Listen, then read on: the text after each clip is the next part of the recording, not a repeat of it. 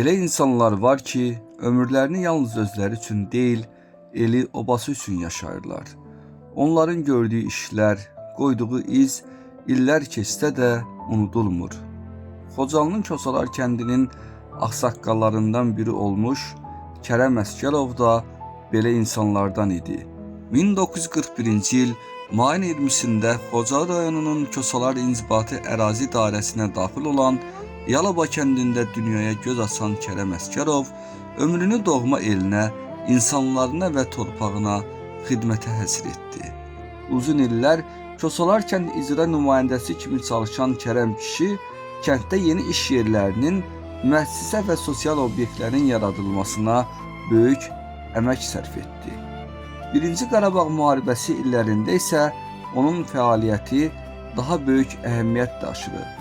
Kosalar kəndinin müdafiəsinin təşkilində, kənd sakinlərinin həmrəyliyinin qorunmasında və döyüşçülərin mübarizə ruhunun yüksəldilməsində kənd ağsaqqalı kimi mühüm rol oynadı. Köçkünlük illərində də elindən ayrı düşən insanların bir araya gəlməsi və onların problemlərinin həlli üçün əlindən gələni etdi. O, vətənə bağlılığı, dövlətə sədaqəti və insanlara qayğıkeş münasibəti ilə hər zaman seçildi.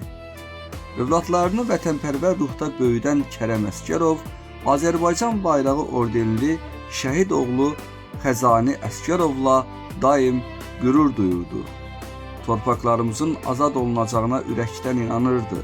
Təəssüf ki, həmin zəfəri görmək ona nəsib olmadı. Kərəm Əsgərov 2014-cü il oktyabrın 13-də haqq dünyasına qovuşdu.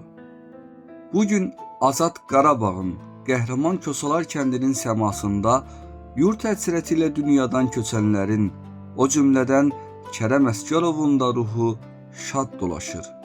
Kərəm Əsgərovun elinə, obasına xidmətlə keçən ömrü və xeyirxah əməlləri isə Kosalar cəmaatının yaddaşında bugün də yaşayır.